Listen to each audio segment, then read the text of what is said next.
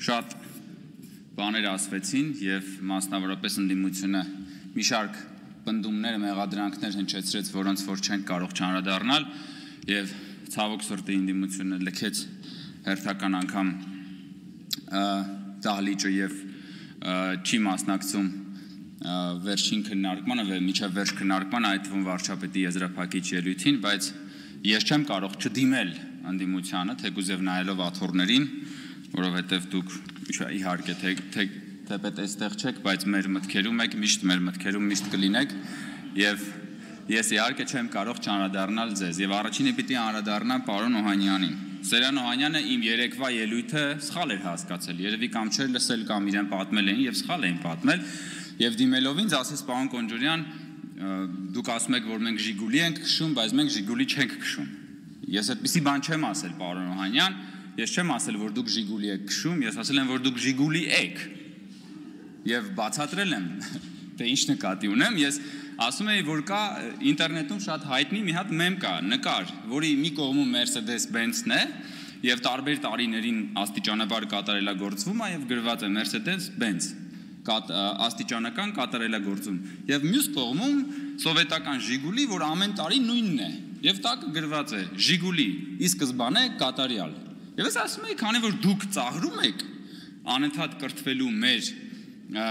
ուրեմն փորձառությունը, մեր հայտարարությունները, դուք հանդես եք գալիս Դանինգ Կրյուգերի էֆեկտի տրամաբանությամբ, որ համաձայն որի տգետները միշտ ինքնավստահ են, իսկ խելոքները կասկածում են, որովհետև տգետները նաև չգիտեն, որ իրենք տգետ են։ Եվ հետևաբար դուք ի սկզբանե կատարյալ Ժիգուլի եք, եւ այսօր Տիկին Քրիստինե Վարդանյանի ես շատ շնորհակալ եմ։ Ինքը եկավ եւ հաստատեց, հիմնավորեց իմ երեկվա ասածը։ Եկավ եւ ինչ ասեց։ Ասեց, այո, նես չէ, որ մենք չենք ուզում կրթվել, բայց ասեց, մեզ կարա կրթի մենակ Մաշտոցը, Կորյունը եկել Թումանյանը։ Եվ բայց այսինքն ինքը ինչ է ասում, ինքը պրակտիկորեն ասում է, որ մեզ ոչ ոք չի կարա կրթի, որտեվ Մաշտոցը, Կորյունը եւ Թումանյանը ինչքան հնարավոր էր կրթել, արդեն կրթել են։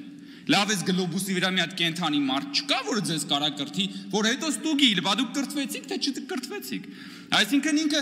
այնպիսի անպարտելի մի հատ նշաձող է սահմանում, որևէ մեկը չի կարա ստուգի իր կրթի, ֆոլլոուափ չի կարա անի, չի կարա իմանա վերջը այս աշակերտը ինչ որ բան սովորեց, թե չսովորեց։ Դրա համար ինքը ի սկզբանե կատարյալ է արդեն, ինքը սովորելու տեղ չկա, դինոզավր, քաղաքական դինոզավր, որ ասում ենք նեղանում են, եւ ես էլի եմ ասում, այո, ընդդիմությունը ոչ թե Ժիգուլի է քշում, այլ լավ կլեր, որ գոնե Ժիգուլի քշած լինեիք։ Ընդդիմությունը Ժիգուլի է։ Եվ ընդդիմությունը այս գիտելիքի կրթության մասին իրենց այս ծաղրուց անակով եւ իրենց այս պահվածքով ապացուցում է, որ ընդդիմադիր դաշտը հասել է իր ինտելեկտուալ կլիմաքսին, որից այն կողմ այլևս զարգանալու ոչ մի տեղ չկա, կամ պիտի ներքև իջնես, կամ պիտի տեղում մնաս, վերջ։ Սա է։ Հիմա ուզում եք սրա հետ պայքարեք, հաջորդ անգամ երբ որ կծաղրեք, գիտելիքը, տգիտության մասին խոսելը եւ այլն, հիշեք այս ամեն ինչ հարգելի գործընկերներ։ Եվ սա շատ կարեւոր է, ես երեք էլ ասեցի, շնորհակալություն պարոն Մինասյանը եկա։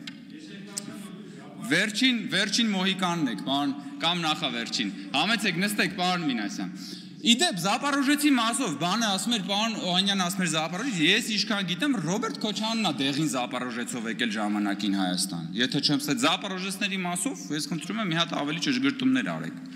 Սա ձեր գիտելիքի եւ ես էլ եմ ասում, Հայաստանում փոխվել է այդ թվում են, որ իշխանությունը ունի ինքնահայեցման ունակություն, ինքը կարա կանգնի եւ ասի՝ «Մի րոպե, ես ի՞նչն եմ սխալ անում։ Ես որտեղ կրթվելու պակաս ունեմ»։ Որովհետեւ եթե դու ունես այդ ինքնահայեցման հնարավորությունը, դա նշանակում է դու անընդհատ կարող ես գնալ աստիճանական կատարելագործման։ Հաջորդը, որի մասին ես կուզեի խոսել, դա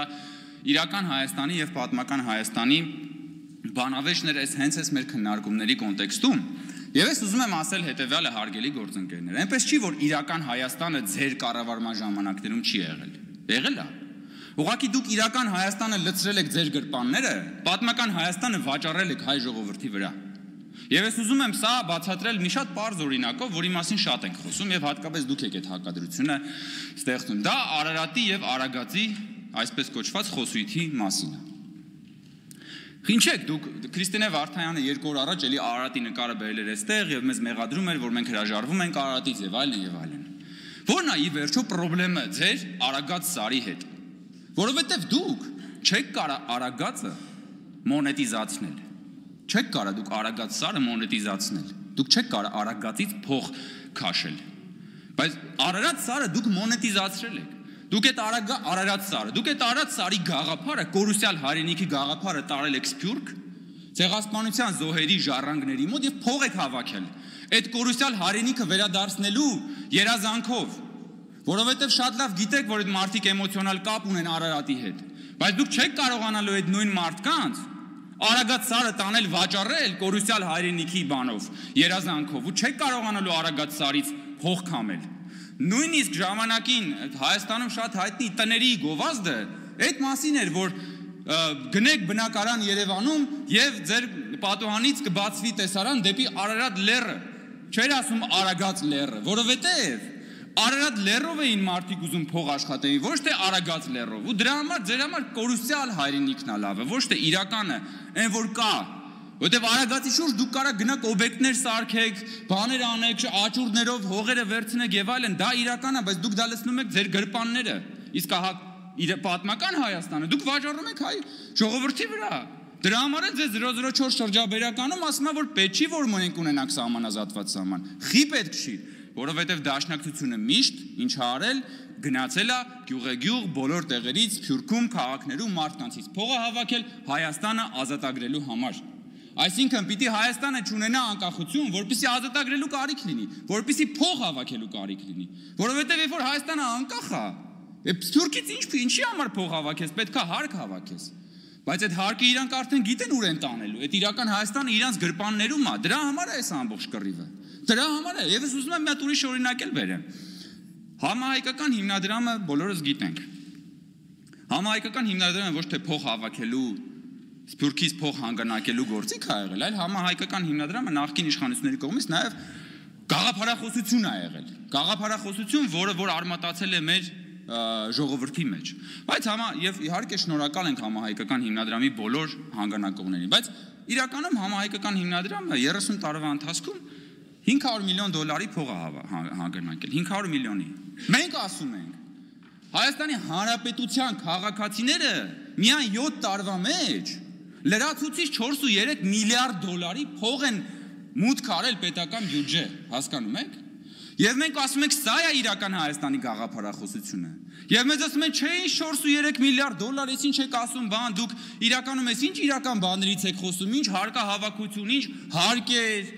Այ պիտի խոսենք կորուսյալ հայրենիքի մասին, պիտի խոսենք Արարատի մասին, պիտի խոսենք Արևմտյան Հայաստանի մասին։ Տիկին Գրիգորյանն էլ էլի խոսում էր կորուսյալ բաների մասին, ասում է, իսկ դուք ստեղ Range Rover-ից եք խոսում։ Բայց այդ Range Rover-ները ձեր գրպաններում են եղել, դրա համար էլ կորուսյալները ավելի են շատացել ամեն անգամ։ Ես կարծում եմ եւ համոզված եմ, որ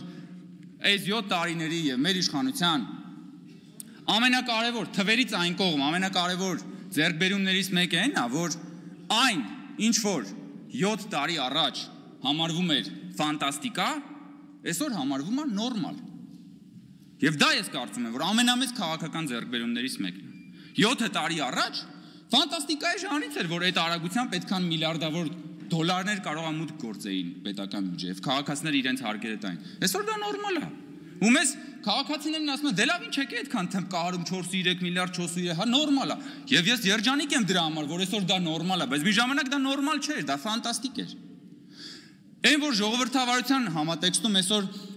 կարող է կառավարող թիմը տարբեր քաղաքներում ժողովրդավարական ընտրություններում հաղթի եւ կարող է որոշ քաղաքներում էլ պարտվի, ժամանակին դա ֆանտաստիկա էր։ Ֆանտաստիկա էր, այսօր դա նորմալ է, էլի մեզ ասում են ինչ եք մեր վրա վաճառում այդ բանը, հա նորմալ է, այո նորմալ է, որովհետև ժողովրդավարությունը ժամանակին ֆանտաստիկայի ժանր էր, հիմա դա նորմալ է։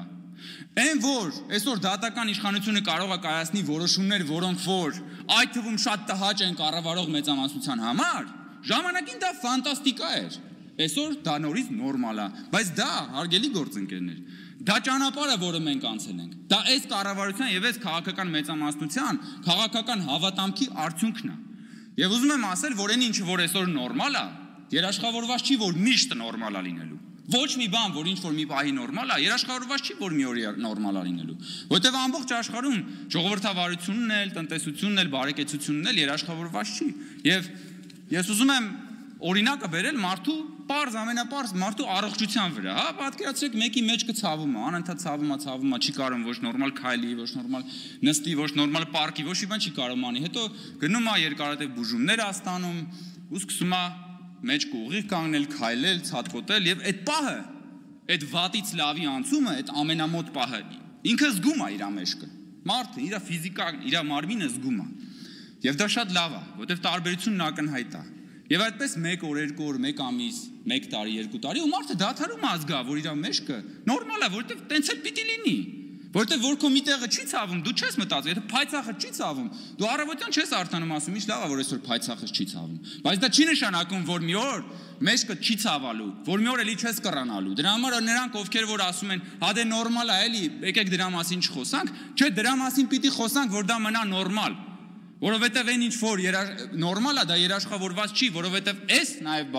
հատվածում նստած մեր հարգելի գործընկերները ամեն ինչ անում են, որպեսզի Հայաստանը հետ մղեն, հետ տանեն նույն պատմական շրջափուլի մեջ եւ ամեն ինչ անում են, որպեսզի տորպետահարեն խաղաղության գործընթացը եւ վերջում ամփոփելով ես ուզում եմ նաև արձագանքել, երբ որ պարոն Օհանյան դուք ասում եք, որ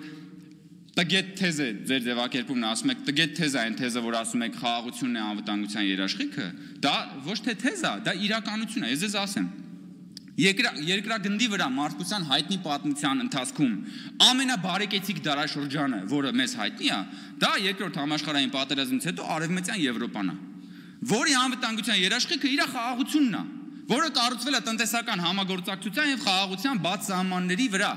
Հիմա դուք դա կարող եք անվանել տգետ թեզ, բայց մենք դա համարում ենք իրականություն, որից պետքա սովորել։ Իհարկե կգան կասեն մեզ մի համատեք եւ այլն, մենք ամեն ինչ շատ լավ հասկանում ենք, բայց մենք նորից ասում ենք, որ այո, խաղաղությունն է հայ ժողովրդի Հայաստանի Հանրապետության անվտանգության գլխավոր երաշխիքը, մենք գնալու ենք այդ ճանապարհով, քաղաքական մեծամասնությունը կառավարության հետ միասնական ջանքերով շարունակելու է գնալ այս ճանապարհով եւ այս հավատամքով։ Շնորհակալություն։